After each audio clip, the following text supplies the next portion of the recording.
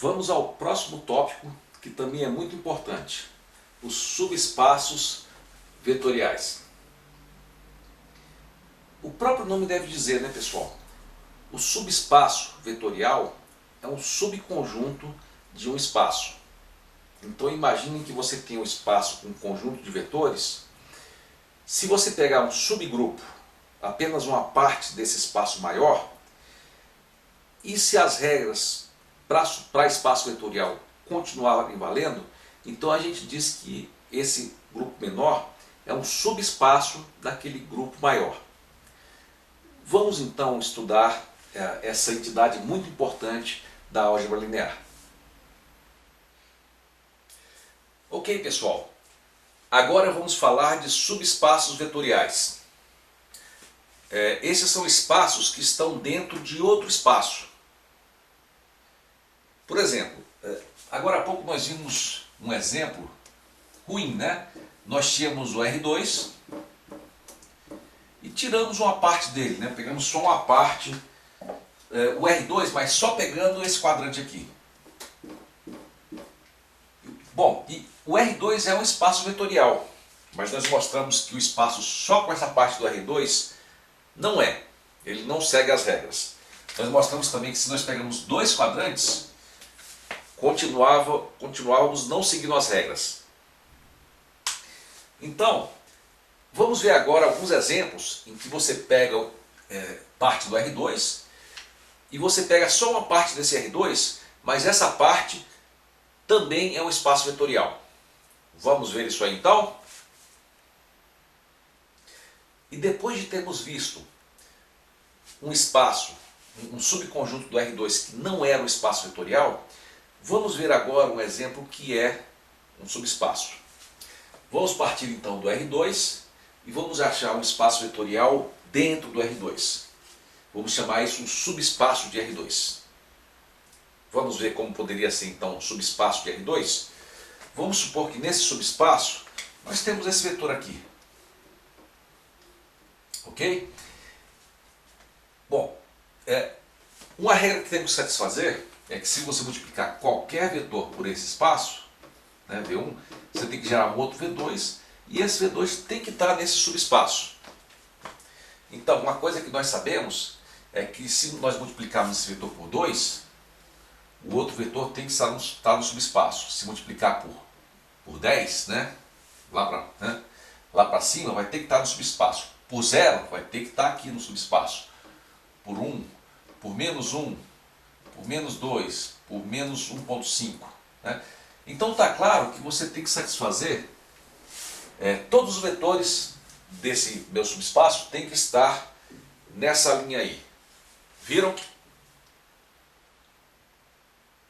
Então, é claro que esse critério aqui é satisfeito por essa linha. Todos os vetores na origem, né, e com a ponta nessa linha.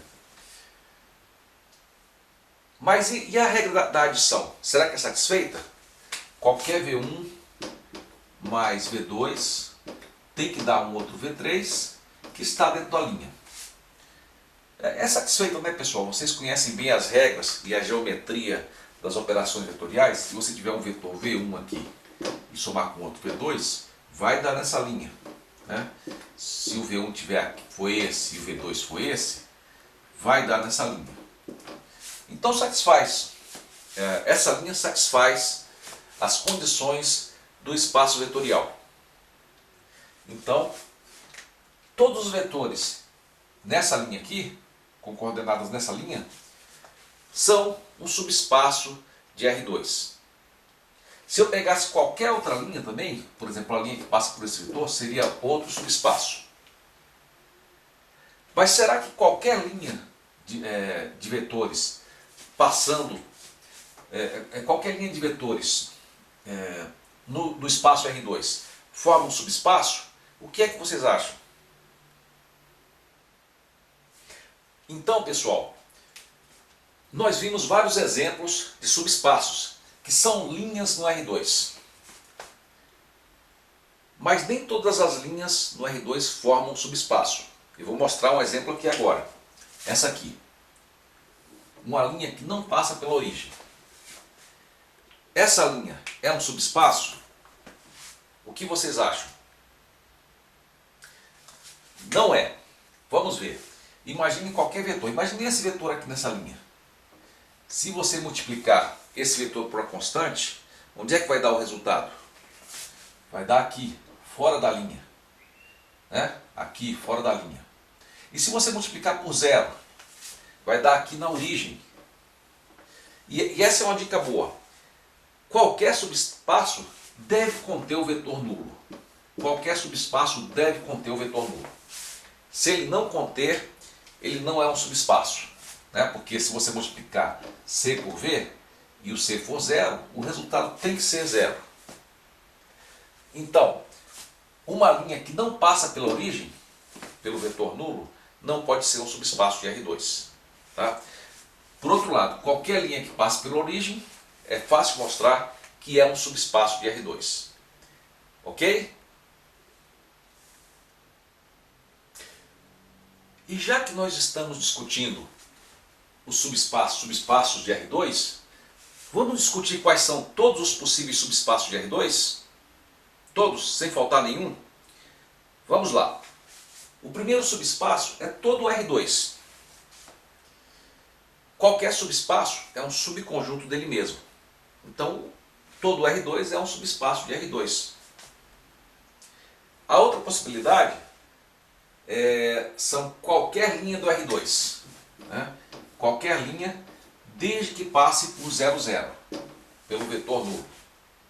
Então, qualquer linha é um subespaço de R2. A gente chama, inclusive, esse subespaço de L. E nós vimos que esse subespaço satisfaz as condições de subespaço.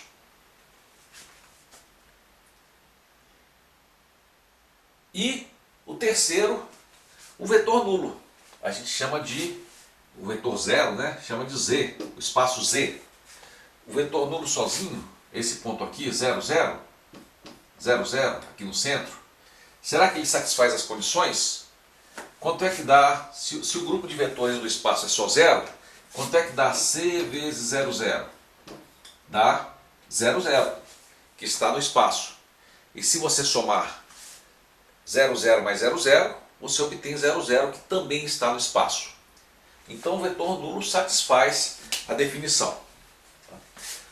Uma coisa do subespaço, pessoal, se você sabe que o espaço é um espaço vetorial, o R2, se você já testou se as 8 condições são satisfeitas, para testar se é subespaço é mais fácil. Basta você checar se essas duas condições, C, V, né, V1 igual a V2 e V1 mais V2 igual a V3, basta checar se elas são satisfeitas.